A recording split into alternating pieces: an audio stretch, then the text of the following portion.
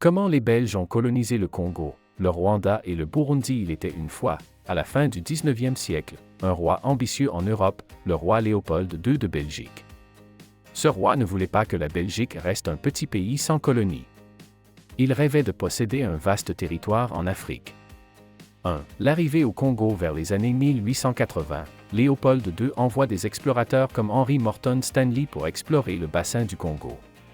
Grâce à des accords trompeurs et parfois par la force, il s'empare des terres et les transforme en État indépendant du Congo, qu'il dirige comme sa propriété personnelle. Mais derrière ce nom, se cache un règne terrible de souffrance. Les Congolais sont forcés de travailler pour extraire le caoutchouc et d'autres richesses naturelles. Ceux qui résistent sont battus, mutilés ou tués. Des millions de morts sont enregistrés. 2. La pression internationale. Les atrocités deviennent tellement graves que le monde en parle. Des journalistes et missionnaires dénoncent la situation. Sous pression, en 1908, la Belgique retire le Congo des mains de Léopold II et en fait une colonie d'État, le Congo belge. 3. Rwanda et Burundi. Pendant ce temps, plus à l'est, le Rwanda et le Burundi sont sous domination allemande.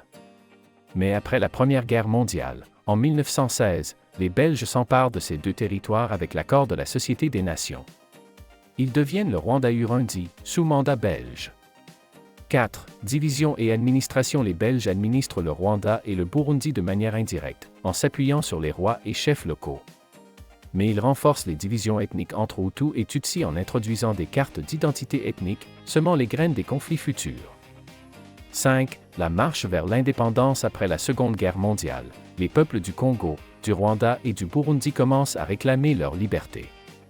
Sous la pression des mouvements africains, la Belgique accorde l'indépendance au Congo en 1960, puis au Rwanda et au Burundi en 1962.